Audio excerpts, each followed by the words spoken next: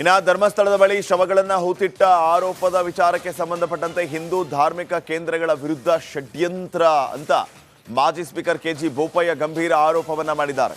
ರಾಜ್ಯದ ಗೃಹ ಸಚಿವ ಪರಮೇಶ್ವರ್ ವೇಸ್ಟ್ ಬಾಡಿ ಸರ್ಕಾರದ ನಡೆಯೇ ಸಂಶಯಕ್ಕೆ ಎಡೆ ಮಾಡಿಕೊಡ್ತಾ ಇದೆ ಅಂತ ಹೇಳಿ ಮಡಿಕೇರಿಯಲ್ಲಿ ಕೆಜಿ ಬೋಪಯ್ಯ ಅವರು ಆಕ್ರೋಶವನ್ನ ವ್ಯಕ್ತಪಡಿಸಿದ್ದಾರೆ. ಈ ಷಡ್ಯಂತ್ರಗಳ ಹಿಂದೆ ಸರ್ಕಾರವೂ ಇದೆಯಾ ಅನ್ನುವಂಥ ಅನುಮಾನ ಕಾಡ್ತಾ ಇದೆ. ಹೋಮ್ ಮಿನಿಸ್ಟರ್ ಅಂತೂ ವೇಸ್ಟ್ ಬಾಡಿ ಅಂತ ಹೇಳಿ ಬೋಪಯ್ಯ ಅವರು ಆಕ್ರೋಶವನ್ನ ವ್ಯಕ್ತಪಡಿಸಿದ್ದಾರೆ. ಧರ್ಮಸ್ಥಳದ ಬಳಿ ಶವಗಳು ಹೂತಿಟ್ಟ ಕೇಸ್ಗೆ ಸಂಬಂಧಪಟ್ಟಂತೆ ಹಿಂದೂ ಧಾರ್ಮಿಕ ಕೇಂದ್ರಗಳ ವಿರುದ್ಧ ಷಡ್ಯಂತ್ರ ನಡೀತಾ ಇದೆ. ಮಾಜಿ ಸ್ಪೀಕರ್ ಕೆಜಿ ಬೋಪಯ್ಯ ಅವರ ಗಂಭೀರ ಆರೋಪ ಇದು.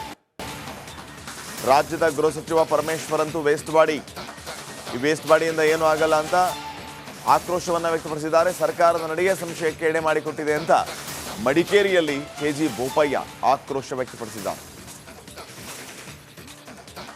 ಕೆಜಿ ಬೋಪಯ್ಯ ಅವರು ನಮ್ಮೊಟ್ಟಿಗಿದ್ದಾರೆ. ಸರ್, ನೀವು ನೋಡ್ತಾ ಇದ್ದೀರಾ ಪ್ರತಿಭಟನೆ, ಒಂದು SIT ತನಿಖೆ, ನಿಗೂಢ ವ್ಯಕ್ತಿ, ಏನಾಗ್ತಾ ಇದೆ ಅಂತ ಹೇಳುವಂಥದ್ದು. ಇದು ಬಹುಶಃ ಈ ದೇಶದಲ್ಲಿ ಒಂದು ದೊಡ್ಡ ಷಡ್ಯಂತ್ರನೇ ನಡೀತಾ ಇದೆ. ನೇರವಾಗಿ ಈ ದೇಶದ ಧಾರ್ಮಿಕತೆ ಭಾವನೆ ಇದೇನಿದೆ ಅದನ್ನು ಎದುರಿಸಲಿಕ್ಕೆ ಸಾಧ್ಯ ಇಲ್ಲದೆ ಇವತ್ತು ಎಲ್ಲ ಹಿಂದೂಗಳಿಗೆ ಹಿಂದೂ ಧಾರ್ಮಿಕ ಶ್ರದ್ಧಾ ಕೇಂದ್ರಗಳು ಅಂತಿದೆ. ಅದರಲ್ಲಿ ಅವರವರ ನಂಬಿಕೆ ಪ್ರಕಾರ ನಡೀತಿದೆ. ಅದರಲ್ಲಿ ಧರ್ಮಸ್ಥಳವು ಒಂದು. ತಲಾಂತರಗಳಿಂದ ಕೋಟ್ಯಾಂತರ ಜನ ಧರ್ಮಸ್ಥಳದ ಮೇಲೆ ಒಂದು ನಂಬಿಕೆಯನ್ನು ಇಟ್ಟಿದ್ದಾರೆ. ಅದು ಅತ್ಯಂತ ಪ್ರಮುಖ ಆಗಿದೆ. ಅದನ್ನು ಏನಾದರೂ ಮಾಡಿ ಅದಕ್ಕೆ ಕಳಂಕ ತರಬೇಕು ಅಂತ ಹೇಳುವಂಥ ಷಡ್ಯಂತ್ರ ಅನೇಕ ವರ್ಷಗಳಿಂದ ನಡೀತಾ ಇದೆ. ಎಲ್ಲೂ ಅವರು ಸಕ್ಸಸ್ ಆಗಿಲ್ಲ. ಕೊನೆಯದಾಗಿ ಈ ರೀತಿಯ ಅಸ್ತ್ರವನ್ನು ಹೂಡಲಿಕ್ಕೆ ಎಲ್ಲ ಪ್ರಯತ್ನಗಳನ್ನು ಮಾಡಿದ್ದಾರೆ. ಮೊದಲಿಗೆ ಮಾನ್ಯ ಮುಖ್ಯಮಂತ್ರಿಗಳು ಹೇಳ್ತಾ ಇದ್ದರು ತನಿಖೆ ಎಲ್ಲ ಮುಗಿದಿದೆ, ಅಸೌಜನ್ಯ ಪ್ರಕರಣನ ತೆಗೆದುಕೊಂಡು ಇನ್ನು ಯಾವುದೇ ತನಿಖೆ ಅಗತ್ಯ ಇಲ್ಲ, ಕೋರ್ಟು ಹೇಳಿದೆ, CBI ಹೇಳಿದೆ, ಎಲ್ಲವೂ ಆಗಿದೆ ಅಂಥೇಳಿ. ಆದರೆ ಆಲ್ ಆಫ್ ಎ ಸಡನ್ ಅವರು SIT ಮಾಡಿದ್ದಾರೆ. ಇದರ ಹಿನ್ನೆಲೆ ನಿಗೂಢತೆ ಏನು ಅನ್ನೋದೇ ಈಗ ಯಕ್ಷ ಪ್ರಶ್ನೆ. ಏನೇ ಇರಲಿ ಅವರು ತನಿಖೆ ಮಾಡೋದಕ್ಕೆ ಯಾರೂ ಅಭ್ಯಂತರ ಇಲ್ಲ. ಆದರೆ ಅಟ್ ದ ಸೇಮ್ ಟೈಮ್ ಅಲ್ಲಿ ಏನು ಧಾರ್ಮಿಕ ಭಾವನೆ ಇದೆ ಅಲ್ಲಿ ಅದಕ್ಕೆ ಧಕ್ಕೆ ಬರದ ಹಾಗೆ ನೋಡ್ಕೋಬೇಕು. ಜನರ ಭಾವನೆಗೆ ಧಕ್ಕೆ ತರುವಂಥ ಹೇಳಿಕೆಗಳು ಇವತ್ತು ಬರ್ತಾ ಇದ್ದಾವೆ.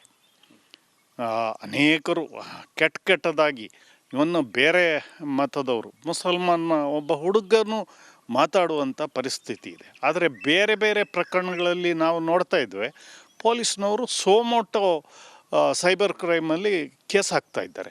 ಇದೇ ಯಾಕೆ ಅವರಿಗೆ ಕಣ್ಣಿಗೆ ಕಾಣೋದಿಲ್ಲ? ಸರ್, ಈಗ SIT ತನಿಖೆಯಿಂದ ಎಲ್ಲ ಹೊರ ಬರುತ್ತೆ. ಆದರೆ ಈ ಕೆಲವರು ಹೋರಾಟಗಾರರು ಅಲ್ಲಿ ಹೋಗಿ ಹೋರಾಟ ಮಾಡುವಂಥದ್ದು, ಅಲ್ಲಿ ಜಗಳ ಆಗುವಂಥದ್ದು, ಹಲ್ಲೆ ಮಾಡಿದ್ದಾರೆ ಮಾಧ್ಯಮದವ್ರ ಮೇಲೆ, ಯೂಟ್ಯೂಬರ್ ಮೇಲೆ ಹಲ್ಲೆ ಆಗಿದೆ, ಇದೆಲ್ಲ ಯಾಕೆ ಅಂತ ಹೇಳುವಂಥದ್ದು. ಅದಕ್ಕೆ ಪೊಲೀಸ್ನವರ ನಿಷ್ಕ್ರಿಯತೆಯೇ ಕಾರಣ. ಈಗ ಯೂಟ್ಯೂಬಲ್ಲಿ ಯಾವಾಗ ಹಾಕ್ಲಿಕ್ಕೆ ಶುರು ಮಾಡಿದ್ರು ಅವ್ರನ್ನೆಲ್ಲ ಒಳಗೆ ಹಾಕಬೇಕಲ್ಲ, ಅವ್ರ ಮೇಲೆ ಕ್ರಿಮಿನಲ್ ಮೊಕದ್ದಮೆ ಮಾಡಬೇಕಲ್ಲ. ಅದು ಮಾಡಿದರೆ ಈ ಪ್ರಶ್ನೆನೇ ಬರ್ತಿತ್ತಿಲ್ಲ, ಯಾರೂ ಅಲ್ಲಿಗೆ ಹೋಗ್ತಿತ್ತಿಲ್ಲ. ಇವರು ಅವರಿಗೆಲ್ಲ ಫ್ರೀ ಹ್ಯಾಂಡ್ ಕೊಟ್ಟಿದ್ದು ಯಾಕೆ? ಅಲ್ಲೇ ಸಂಶಯ ಬರುವಂಥದ್ದು. ಅವರು ಕಾನೂನಿನ ರೀತಿಯಲ್ಲಿ ನಡ್ಕೊಂಡಿದ್ದರೆ ಪೊಲೀಸ್ ಇಲಾಖೆ, ಗೃಹ ಇಲಾಖೆ, ಗೃಹ ಮಂತ್ರಿಗಳು ಬಹುಶಃ ಅವ್ರ ಬಗ್ಗೆ ಸಿಂಪತಿ ತೋರಿಸ್ಬೇಕಷ್ಟೇ. ವೇಸ್ಟ್ ಬಾಡಿ ಅಂತ ಎಲ್ಲರೂ ಹೇಳ್ತಾರೆ, ಗುಡ್ ಫಾರ್ ನಥಿಂಗ್. ಅವರು ಅದಕ್ಕೆ ಸ್ಟ್ರಿಕ್ಟಾಗಿ ಹೇಳಬೇಕು. ಒಬ್ಬರಿಗೊಂದು ಕಾನೂನು ಮಾಡಬಾರ್ದಲ್ಲ. ಇದರಿಂದಾಗಿ ಅದು ಆಗ್ತಾ ಇದೆ ಅಲ್ಲಿ. ಇದು ಮಾಜಿ ಸ್ಪೀಕರ್ ಬೋಪಯ್ಯ ಅವರ ಮಾತು. ಅಂದರೆ ತಪ್ಪಿತಸ್ಥರನ್ನು ಮೊದಲೇ ಗುರ್ತು ಮಾಡಿ ಅವ್ರನ್ನ ಒಳಗೆ ಹಾಕಿದರೆ ಎಲ್ಲ ಗೊಂದಲಗಳಿಗೆ ತೆರೆ ಎಳೆಯಬಹುದಿತ್ತು ಅಂತ ಅವ್ರು ಹೇಳ್ತಾ ಇದ್ದಾರೆ. ಕ್ಯಾಮರಾ ಪರ್ಸನ್ ದಿವಾಕರ್ ಜೊತೆ ಅನುಕರ್ಯಪ್ಪ, ರಿಪಬ್ಲಿಕ್ ಕನ್ನಡ, ಕೊಡಗು. ಇನ್ನು ಧರ್ಮಸ್ಥಳದ ಬಳಿ ಶವಗಳನ್ನು ಹೂತಿಟ್ಟ ಆರೋಪದ ವಿಚಾರಕ್ಕೆ ಸಂಬಂಧಪಟ್ಟಂತೆ ಹಿಂದೂ ಧಾರ್ಮಿಕ ಕೇಂದ್ರಗಳ ವಿರುದ್ಧ ಷಡ್ಯಂತ್ರ ಅಂತ ಮಾಜಿ ಸ್ಪೀಕರ್ ಕೆಜಿ ಬೋಪಯ್ಯ ಗಂಭೀರ ಆರೋಪವನ್ನ ಮಾಡಿದ್ದಾರೆ. ರಾಜ್ಯದ ಗೃಹ ಸಚಿವ ಪರಮೇಶ್ವರ್ ವೇಸ್ಟ್ ಬಾಡಿ ಸರ್ಕಾರದ ನಡೆಯೇ ಸಂಶಯಕ್ಕೆ ಎಡೆ ಮಾಡಿಕೊಡ್ತಾ ಇದೆ ಅಂತ ಹೇಳಿ ಮಡಿಕೇರಿಯಲ್ಲಿ ಕೆಜಿ ಬೋಪಯ್ಯ ಅವರು ಆಕ್ರೋಶವನ್ನ ವ್ಯಕ್ತಪಡಿಸಿದ್ದಾರೆ. ಈ ಷಡ್ಯಂತ್ರಗಳ ಹಿಂದೆ ಸರ್ಕಾರವೂ ಇದೆಯಾ ಅನ್ನುವಂಥ ಅನುಮಾನ ಕಾಡ್ತಾ ಇದೆ. ಹೋಮ್ ಮಿನಿಸ್ಟರ್ ಅಂತೂ ವೇಸ್ಟ್ ಬಾಡಿ ಅಂತ ಹೇಳಿ ಬೋಪಯ್ಯ ಅವರು ಆಕ್ರೋಶವನ್ನ ವ್ಯಕ್ತಪಡಿಸಿದ್ದಾರೆ. ಧರ್ಮಸ್ಥಳದ ಬಳಿ ಶವಗಳು ಹೂತಿಟ್ಟ ಕೇಸ್ಗೆ ಸಂಬಂಧಪಟ್ಟಂತೆ ಹಿಂದೂ ಧಾರ್ಮಿಕ ಕೇಂದ್ರಗಳ ವಿರುದ್ಧ ಷಡ್ಯಂತ್ರ ನಡೀತಾ ಇದೆ. ಮಾಜಿ ಸ್ಪೀಕರ್ ಕೆಜಿ ಬೋಪಯ್ಯ ಅವರ ಗಂಭೀರ ಆರೋಪ ಇದು. ರಾಜ್ಯದ ಗೃಹ ಸಚಿವ ಪರಮೇಶ್ವರ್ ಅಂತೂ ವೇಸ್ಟ್ ಬಾಡಿ, ಈ ವೇಸ್ಟ್ ಬಾಡಿಯಿಂದ ಏನೂ ಆಗಲ್ಲ ಅಂತ ಆಕ್ರೋಶವನ್ನ ವ್ಯಕ್ತಪಡಿಸಿದ್ದಾರೆ. ಸರ್ಕಾರದ ನಡೆಯೇ ಸಂಶಯಕ್ಕೆ ಎಡೆ ಮಾಡಿಕೊಟ್ಟಿದೆ ಅಂತ ಮಡಿಕೇರಿಯಲ್ಲಿ ಕೆಜಿ ಬೋಪಯ್ಯ ಆಕ್ರೋಶ ವ್ಯಕ್ತಪಡಿಸಿದ್ದಾರೆ. KG ಬೋಪಯ್ಯ ಅವರ ನಮ್ಮೊಟ್ಟಿಗಿದ್ದಾರೆ. ಸರ್, ನೀವು ನೋಡ್ತಾ ಇದ್ದೀರಾ, ಪ್ರತಿಭಟನೆ, ಒಂದು SIT ತನಿಖೆ, ನಿಗೂಢ ವ್ಯಕ್ತಿ, ಏನಿದು ಏನಾಗ್ತಾ ಇದೆ ಅಂತ ಹೇಳುವಂಥದ್ದು. ಇದು ಬಹುಶಃ ಈ ದೇಶದಲ್ಲಿ ಒಂದು ದೊಡ್ಡ ಷಡ್ಯಂತ್ರನೇ ನಡೀತಾ ಇದೆ.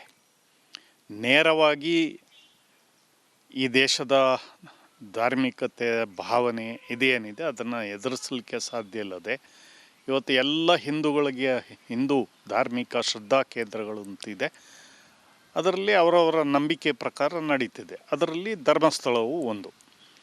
ತಲಾಂತರಗಳಿಂದ ಕೋಟ್ಯಾಂತರ ಜನ ಧರ್ಮಸ್ಥಳದ ಮೇಲೆ ಒಂದು ನಂಬಿಕೆಯನ್ನು ಇಟ್ಟಿದ್ದಾರೆ. ಅದು ಅತ್ಯಂತ ಪ್ರಮುಖ ಆಗಿದೆ. ಅದನ್ನು ಏನಾದರೂ ಮಾಡಿ ಅದಕ್ಕೆ ಕಳಂಕ ತರಬೇಕು ಅಂತ ಹೇಳುವಂಥ ಷಡ್ಯಂತ್ರ ಅನೇಕ ವರ್ಷಗಳಿಂದ ನಡೀತಾ ಇದೆ. ಎಲ್ಲೂ ಅವರು ಸಕ್ಸಸ್ ಆಗಿಲ್ಲ. ಕೊನೆಯದಾಗಿ ಈ ರೀತಿಯ ಅಸ್ತ್ರವನ್ನು ಹೂಡಲಿಕ್ಕೆ ಎಲ್ಲ ಪ್ರಯತ್ನಗಳನ್ನು ಮಾಡಿದ್ದಾರೆ.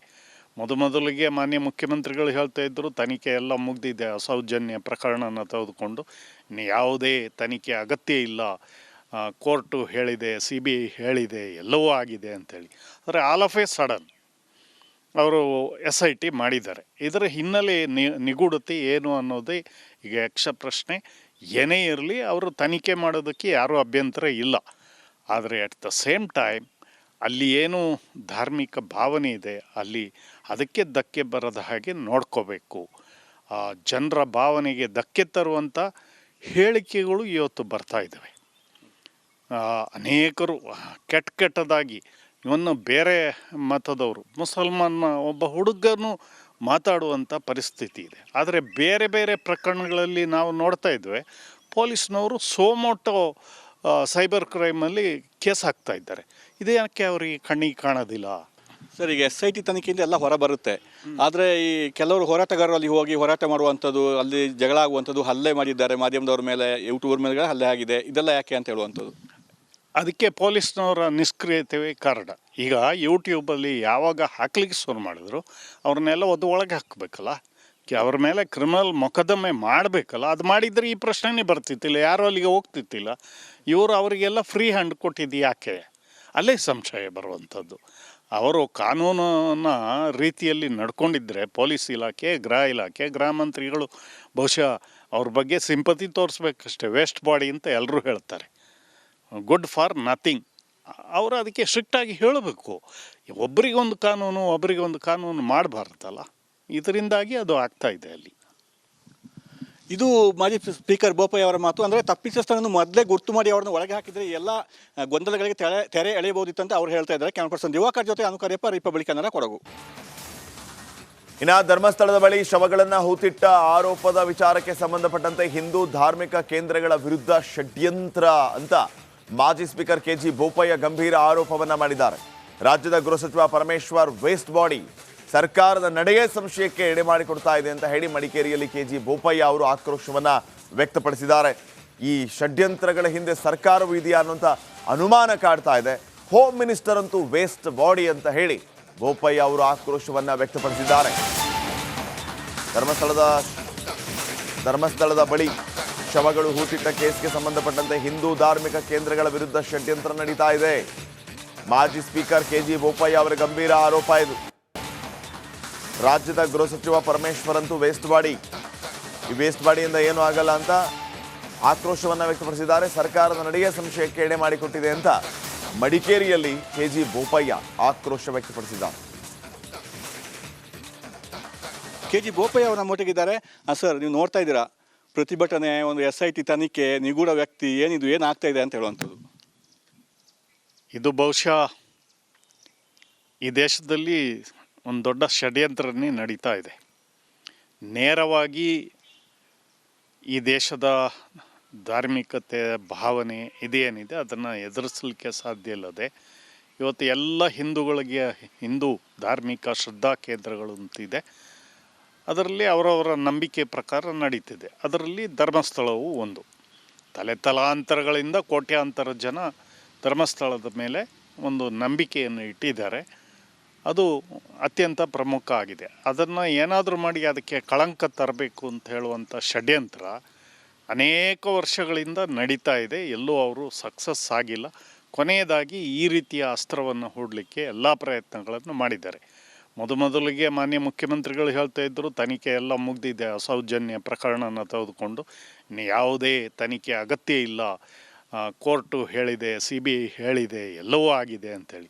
ಆದರೆ ಆಲ್ ಆಫ್ ಎ ಸಡನ್ ಅವರು SIT ಮಾಡಿದ್ದಾರೆ. ಇದರ ಹಿನ್ನೆಲೆ ನಿಗೂಢತೆ ಏನು ಅನ್ನೋದೇ ಈಗ ಯಕ್ಷ ಪ್ರಶ್ನೆ.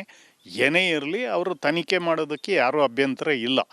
ಆದರೆ ಅಟ್ ದ ಸೇಮ್ ಟೈಮ್ ಅಲ್ಲಿ ಏನು ಧಾರ್ಮಿಕ ಭಾವನೆ ಇದೆ ಅಲ್ಲಿ ಅದಕ್ಕೆ ಧಕ್ಕೆ ಬರದ ಹಾಗೆ ನೋಡ್ಕೋಬೇಕು. ಜನರ ಭಾವನೆಗೆ ಧಕ್ಕೆ ತರುವಂಥ ಹೇಳಿಕೆಗಳು ಇವತ್ತು ಬರ್ತಾ ಇದ್ದಾವೆ. ಅನೇಕರು ಕೆಟ್ಟದಾಗಿ ಇವನ್ನು ಬೇರೆ ಮತದವರು ಮುಸಲ್ಮಾನ ಒಬ್ಬ ಹುಡುಗನು ಮಾತಾಡುವಂಥ ಪರಿಸ್ಥಿತಿ ಇದೆ. ಆದರೆ ಬೇರೆ ಬೇರೆ ಪ್ರಕರಣಗಳಲ್ಲಿ ನಾವು ನೋಡ್ತಾ ಇದ್ವಿ, ಪೊಲೀಸ್ನವರು ಸೋಮೋಟೋ ಸೈಬರ್ ಕ್ರೈಮಲ್ಲಿ ಕೇಸ್ ಹಾಕ್ತಾ ಇದ್ದಾರೆ.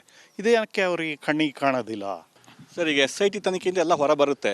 ಆದರೆ ಈ ಕೆಲವರು ಹೋರಾಟಗಾರರು ಅಲ್ಲಿ ಹೋಗಿ ಹೋರಾಟ ಮಾಡುವಂಥದ್ದು, ಅಲ್ಲಿ ಜಗಳ ಆಗುವಂಥದ್ದು, ಹಲ್ಲೆ ಮಾಡಿದ್ದಾರೆ ಮಾಧ್ಯಮದವ್ರ ಮೇಲೆ, ಯೂಟ್ಯೂಬರ್ ಮೇಲೆ ಹಲ್ಲೆ ಆಗಿದೆ, ಇದೆಲ್ಲ ಯಾಕೆ ಅಂತ ಹೇಳುವಂಥದ್ದು. ಅದಕ್ಕೆ ಪೊಲೀಸ್ನವರ ನಿಷ್ಕ್ರಿಯತೆಯೇ ಕಾರಣ. ಈಗ ಯೂಟ್ಯೂಬಲ್ಲಿ ಯಾವಾಗ ಹಾಕ್ಲಿಕ್ಕೆ ಶುರು ಮಾಡಿದ್ರು ಅವ್ರನ್ನೆಲ್ಲ ಒಳಗೆ ಹಾಕಬೇಕಲ್ಲ, ಅವ್ರ ಮೇಲೆ ಕ್ರಿಮಿನಲ್ ಮೊಕದ್ದಮೆ ಮಾಡಬೇಕಲ್ಲ. ಅದು ಮಾಡಿದರೆ ಈ ಪ್ರಶ್ನೆನೇ ಬರ್ತಿತ್ತಿಲ್ಲ, ಯಾರೂ ಅಲ್ಲಿಗೆ ಹೋಗ್ತಿತ್ತಿಲ್ಲ. ಇವರು ಅವರಿಗೆಲ್ಲ ಫ್ರೀ ಹ್ಯಾಂಡ್ ಕೊಟ್ಟಿದ್ದು ಯಾಕೆ? ಅಲ್ಲೇ ಸಂಶಯ ಬರುವಂಥದ್ದು. ಅವರು ಕಾನೂನಿನ ರೀತಿಯಲ್ಲಿ ನಡ್ಕೊಂಡಿದ್ದರೆ ಪೊಲೀಸ್ ಇಲಾಖೆ, ಗೃಹ ಇಲಾಖೆ, ಗೃಹ ಮಂತ್ರಿಗಳು ಬಹುಶಃ ಅವ್ರ ಬಗ್ಗೆ ಸಿಂಪತಿ ತೋರಿಸ್ಬೇಕಷ್ಟೇ. ವೇಸ್ಟ್ ಬಾಡಿ ಅಂತ ಎಲ್ಲರೂ ಹೇಳ್ತಾರೆ, ಗುಡ್ ಫಾರ್ ನಥಿಂಗ್. ಅವರು ಅದಕ್ಕೆ ಸ್ಟ್ರಿಕ್ಟಾಗಿ ಹೇಳಬೇಕು. ಒಬ್ಬರಿಗೊಂದು ಕಾನೂನು ಮಾಡಬಾರ್ದಲ್ಲ. ಇದರಿಂದಾಗಿ ಅದು ಆಗ್ತಾ ಇದೆ ಅಲ್ಲಿ. ಇದು ಮಾಜಿ ಸ್ಪೀಕರ್ ಬೋಪಯ್ಯ ಅವರ ಮಾತು. ಅಂದರೆ ತಪ್ಪಿತಸ್ಥರನ್ನು ಮೊದಲೇ ಗುರ್ತು ಮಾಡಿ ಅವ್ರನ್ನ ಒಳಗೆ ಹಾಕಿದರೆ ಎಲ್ಲ ಗೊಂದಲಗಳಿಗೆ ತೆರೆ ಎಳೆಯಬಹುದಿತ್ತಂತ ಅವ್ರು ಹೇಳ್ತಾ ಇದ್ದಾರೆ. ಕ್ಯಾಮರಾ ಪರ್ಸನ್ ದಿವಾಕರ್ ಜೊತೆ ಅನುಕರ್ಯಪ್ಪ, ರಿಪಬ್ಲಿಕ್ ಕನ್ನಡ, ಕೊಡಗು.